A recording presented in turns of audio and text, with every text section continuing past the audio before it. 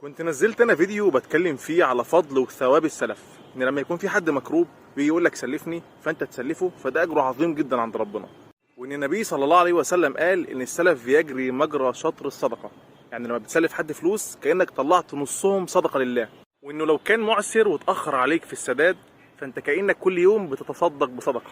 وانك كمان لما بتصبر عليه وهو معسر فربنا عز وجل بيظلك يوم القيامه في ظله، يوم لا ظل الا ظله. فانت شايف الاجر عامل ازاي؟ واتفاجئت بكميه تعليقات رهيبه ان في ناس كتير سلفت ناس فلوس والفلوس ما رجعتش. رسالتي المره اللي فاتت كانت للناس اللي معاها فلوس وبتسلف، رسالتي المره دي للناس اللي بتستلف مش بترجع الفلوس. والله ما هتشوف رحمه ربنا وانت معاك تسدد دين عليك ومش راضي تسدده.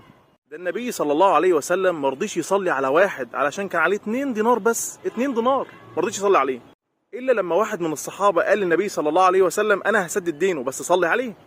فالنبي صلى الله عليه وسلم سأله تاني يوم سددت؟ قال له لسه يا رسول الله. النبي صلى الله عليه وسلم سأله بعدها تاني سددت دينه ولا لسه؟ الموضوع خطير.